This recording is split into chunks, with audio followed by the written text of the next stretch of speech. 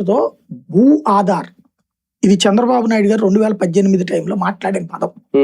భూదార్ అది అప్పట్లో ప్లాన్ చేసి మొత్తం మీ రికార్డులో ఉన్న భూములన్నీ డిజిటలైజ్ చేయండి అయ్యా, అంటే కంప్యూటర్లో ఎంటర్ చేయండి అయ్యా అని చెప్పారు.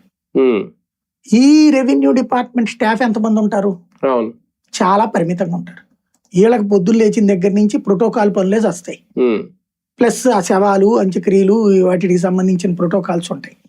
ఏది ఎవరిదన్నా అయితే పంచనామా వీళ్ళే వెళ్ళాలి రెవెన్యూ. ఈ పనుల్లో ఉండి వాళ్ళకి డిజిటలైజేషన్ చేయడం చేత కావట్లేదు, టైం కుదరట్లా, చేత కావట్లేదు. ప్రైవేట్ వాడికి పెడితేనేమో ఈ భూమి తీసుకెళ్లి అందులో పెడితే ఎట్లాగా, ఒకదాని ఒకటి రెవెన్యూ వాళ్ళ దగ్గర ఉండి చేయాలి. ప్రైవేట్ వాడిని మనిషిని పెట్టుకుని చేయించుకోవాలి, పక్కన ఆర్ఐ కూర్చుని చేయాలా, ఎంఆర్ఓ కూర్చుని చేయాలి.